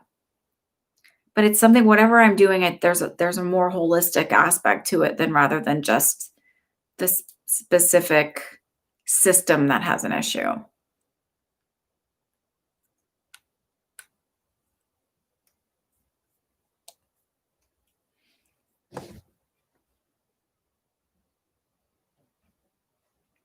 Eva, Lisa, and Shirley, you guys are up.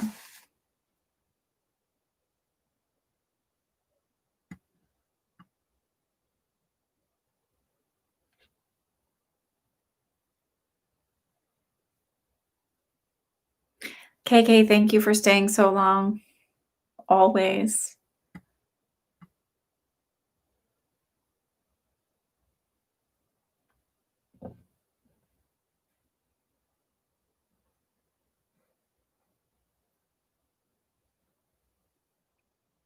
I don't know if Lisa's going to actually be here. She's actually a friend of mine.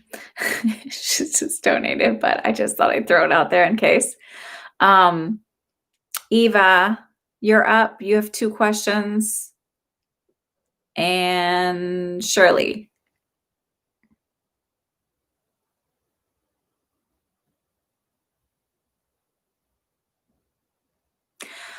It's potential that I could be picking up. Adriana asked about, she said, do you ever happen to read or pick up someone else's energy while doing these readings? Like if you're not getting confirmation from the client, could it be that I'm picking it up elsewhere? So there's 2 parts to that.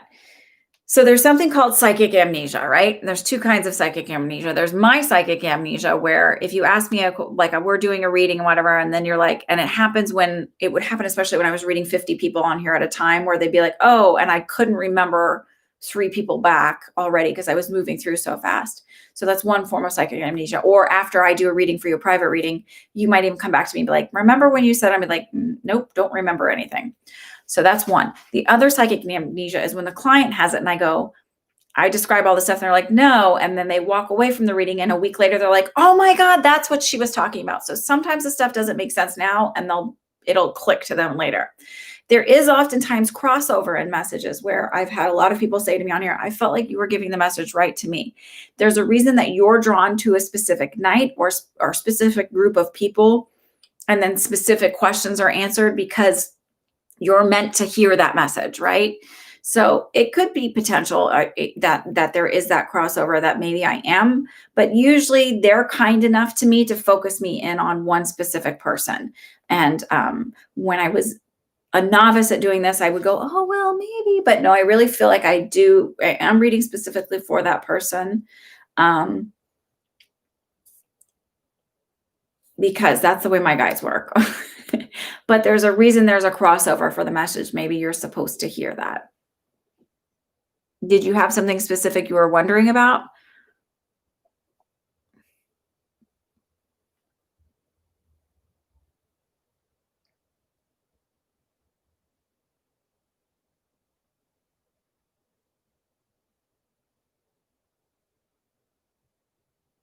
Oh, Lisa, you can ask questions. It's fine. I read better when I'm tired. I used to freak me out about like, oh my God, I'm so tired. How can I read? But I learned that like I actually, I like sort of like step out way easier when I'm tired. So it doesn't matter. And I'm not working out in the morning because I'm nursing this, whatever this is going on here. Apparently a forced break from the universe. You are under Jack's channel. Maybe you'll get some new subscribers.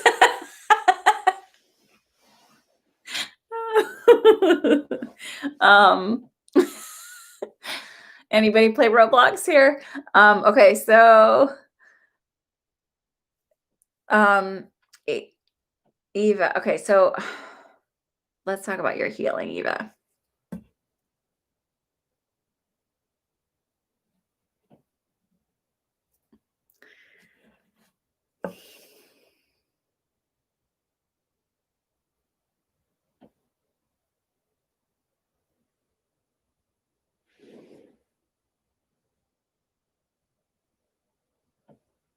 Okay.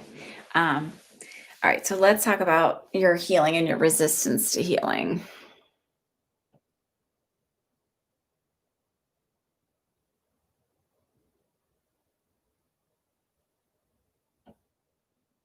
I keep seeing you as a little kid. So, and it feels like 5, 6, 7 years old being a very traumatic time for you. Does that resonate for you?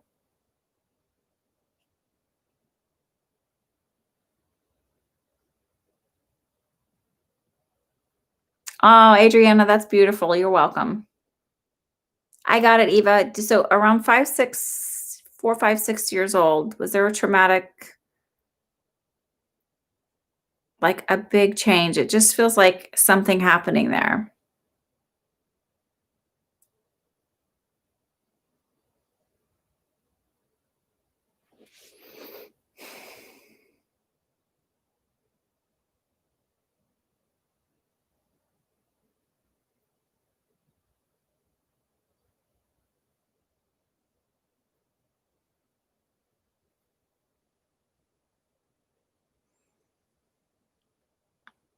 So I'm just going to say this. So it feels like around that age, it feels like something happened and it feels like there's a lot of shame around it.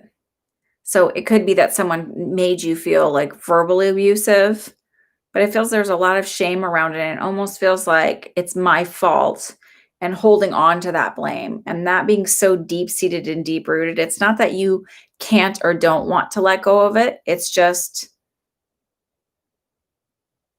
having to reprogram it. It's pretty deep. It takes a little bit longer to reprogram it because our brains are just basically computers that need to be reprogrammed. And sometimes their original programs are full of bugs, right?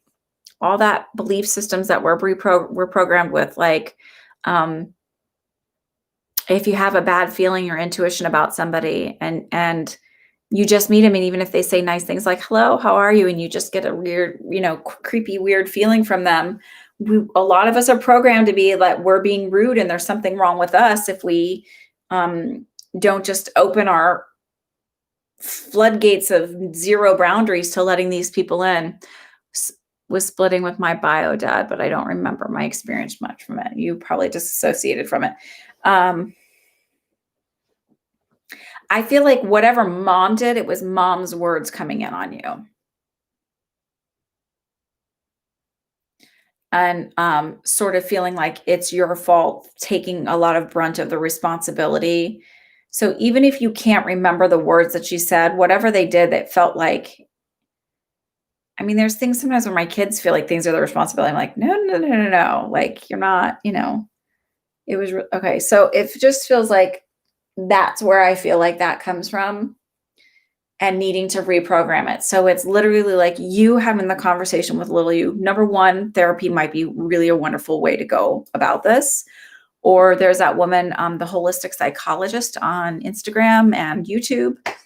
And her name is Nicole LaPera, and she's got a book coming out in February. And that would be like, it's like a self-help workbook. And she's also got healing groups that might benefit, because again, I am not a therapist. So I can tell you a little bit about like where I see needing growth and like little things that you can do, but like the big work needs to be done a little differently. But so you can have the conversation with little you that that wasn't your responsibility, and really what you needed at that time was just to be hugged and loved. And even here, you're like, my mom had a really hard time with it. But you know what? When you're that age, it's not your job to understand that an adult is having a hard time. Your job is to be a little kid and to be comforted and hugged and held and loved through it. And it's the adult's responsibility to deal with the hard time and not put that responsibility on a child. So there's obviously, you hold some sort of sense of responsibility for it. Um, and it's not our jobs to understand our parents. I mean, you can have now as an adult a perspective of it that's slightly different and be compassionate and empathetic, but then also, look at the little you and like embrace little you and say, geez, that was what a responsibility you took on. You didn't have to do that. That wasn't fair to you. It doesn't mean holding a grudge and stuff, but it just sort of honoring that part of you that deserved better.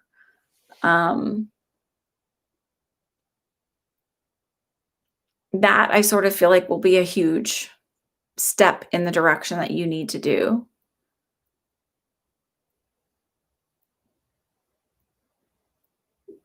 Because a lot of that set in motion for you, the need to feel responsible for other people's happiness and the need in your life to feel responsible just for other people in general, for their own mistakes that they make. It feels like you feel responsible and that it's almost like this need to be everybody's fixer and healer. Does that make sense when I say that? And understand your mom did not have great tools she was working with. I feel like she didn't come from a great household. Communication, not so healthy um, in her household, and also like no understanding of how to deal with emotions.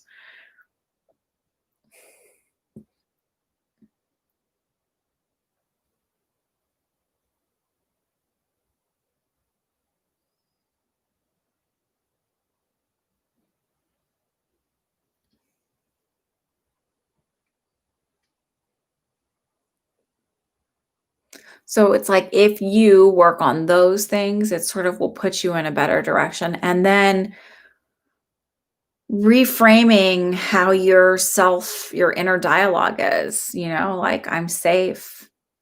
I can trust myself. I am not responsible for other people's feelings, reactions, um, mistakes. Um, it's okay to help people and be empathetic, but not to lose myself in order to do that.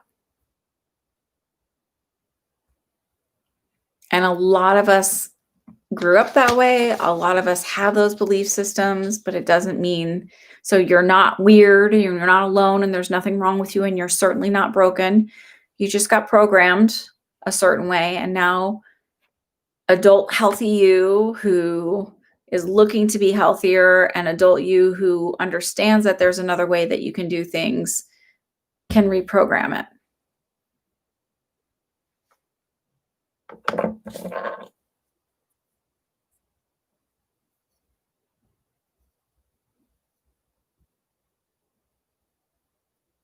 Yeah.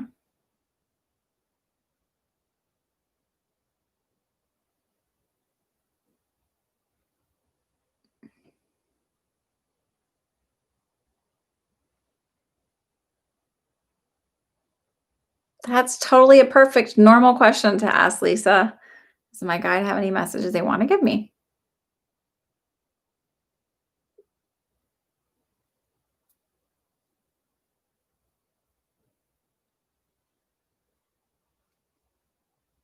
Wait, what do you mean by you've had subconscious thoughts that have turned against other people and not wanting to take any responsibility? Can you give me an example?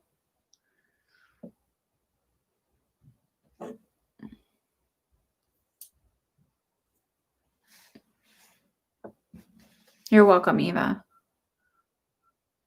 What do you mean by that, Eva?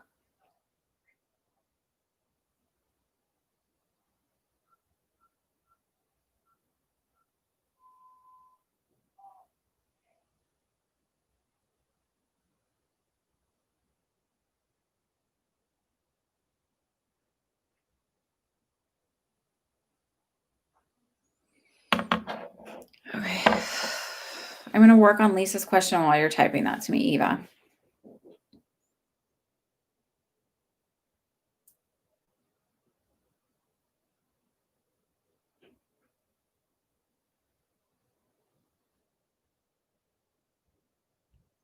Oh, okay. So, Lisa, they said that you're doing good, you're on the right path, but it's important for you to take some time to like intentionally set time aside for yourself, where you're sort of focusing on um, changing your self speak and your thoughts and writing it down your manifestations and not like just watching TV. Like, just take like 5 or 10 minutes aside where you sort of journal your manifestations, or have a manifestation journal where you journal you're changing the way you're thinking, because they're like that. They recognize, they're like, we know you're not going to do the meditation stuff, like that's like not happening, but just even taking that few minutes would actually, where you're sort of focusing on what you're wanting to have in your life and what your intentions are, will actually be a form of meditation for you and sort of kind of reset you a little bit. But I feel like you're doing really, really well, that you're on the right path. You're doing everything you're supposed to be doing.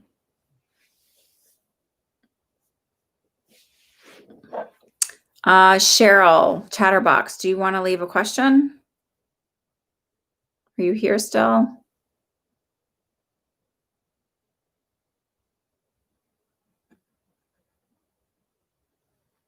Resentful thoughts and not wanting to be there for others or not. Okay. So that's okay to be that way. And sometimes the resentment comes when we are codependent and we assume like we do things to help other people without them really asking us. And then we're resentful that we're not appreciated or loved or respected. So it's sort of like learning. So look up codependence, because you probably are. And that's just simply by you saying what you did about your mom, where it's like sort of feeling the need to understand her perspective than yours. Um, so it just feels like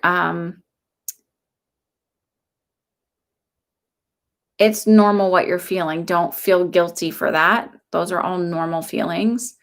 And it's okay to, like, sometimes we don't want to be there for others because that's our own way of going, I've had enough. Like, and it took a long time for me to learn to tell people, like, I love you and I care about you, but I really just don't have it for you right now. Like, I'm doing what I like and setting those boundaries. And it's okay to tell people no.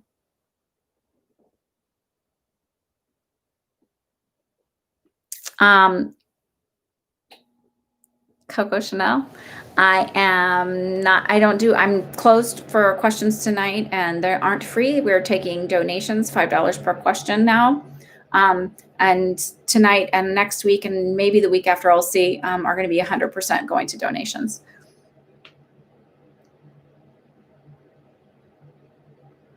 It feels unsafe to be kind and to take someone's best interest in mind. So figure out what that is. Is that your intuition telling you that that person, you shouldn't be extending yourself? Or is it your intuition telling you that you shouldn't be extending yourself because you need to like sort of reserve for yourself? Remember, if your cup is empty, you have nothing to give to anybody else. So look at that. Oh, Ola K, did you pay for one? I said you could pay for one and go.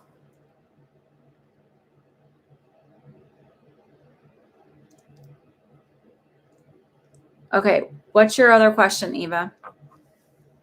And then Chatterbox, Cheryl, where's yours? You wanted a general reading. So Eva, you write yours. I'm going to work on Cheryl's general reading.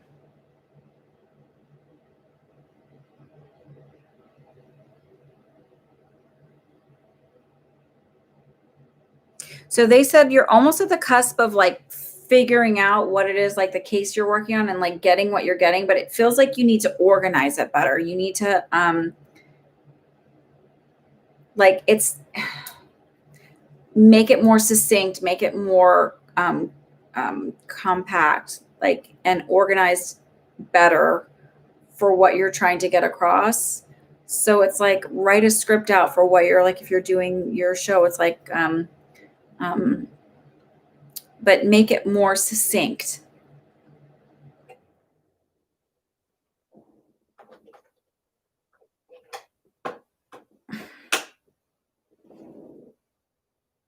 But like you're at the precipice is the feeling I get. Like you're almost there.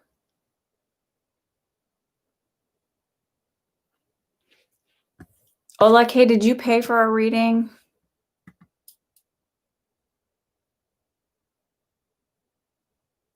Oh, you're Cheryl. That's what it is, right? Am I right? Does that make sense? Okay.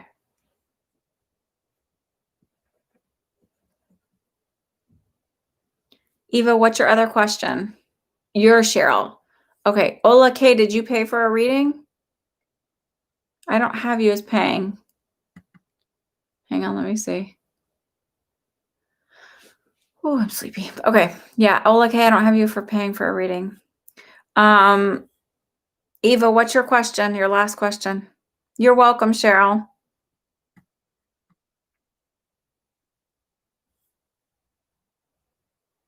It literally feels like you're almost to solving it. You're just right there. There's one more little piece you're going to get.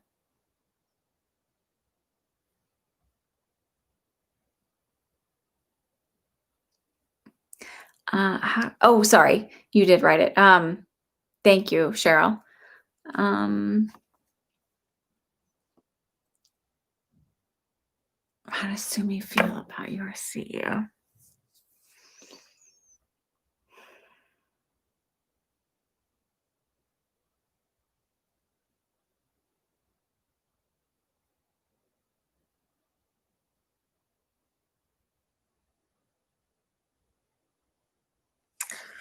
I feel like, okay, so it's like he likes you enough, but they said he sort of has his head in the clouds. Is he always kind of daydreaming? I also feel like he has like, he's very structured and has a lot of rules for himself. Like, so it's like, I don't date people I work with. So it's like very hard but I feel like he likes you. So it's interesting. You're welcome, Lisa. Did you have another question? Because you paid $10.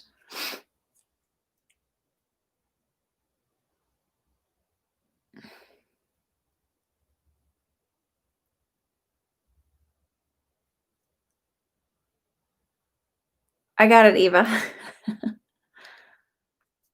But I was asking does Sumi like, is he really like have a lot of rules for himself? Like he's very structured.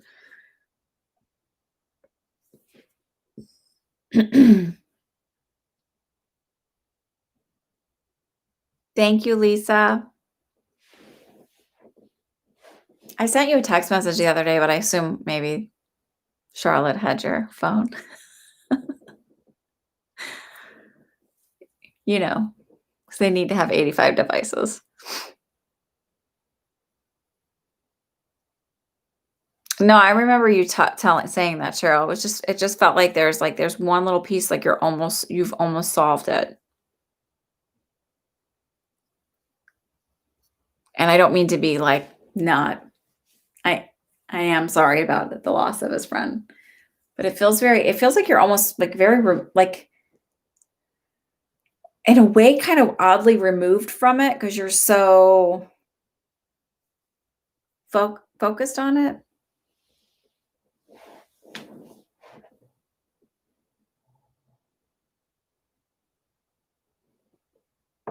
Like it feels very technical.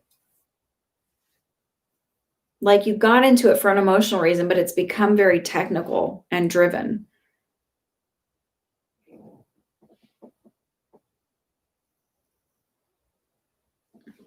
Um, Eva, what was your oh, Eva, does that make sense for Sumi? That he's very like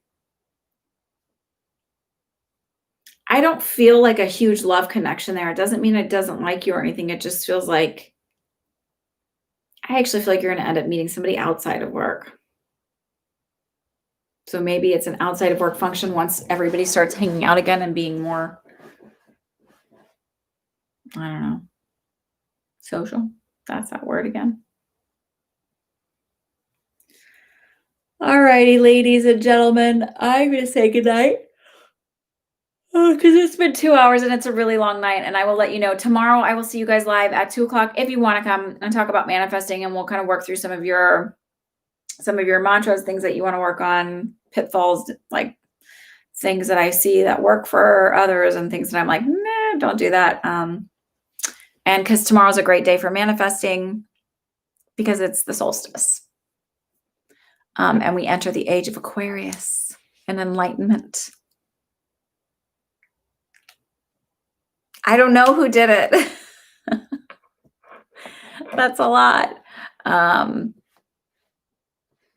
don't know. And I don't know if I want to look at that right now. So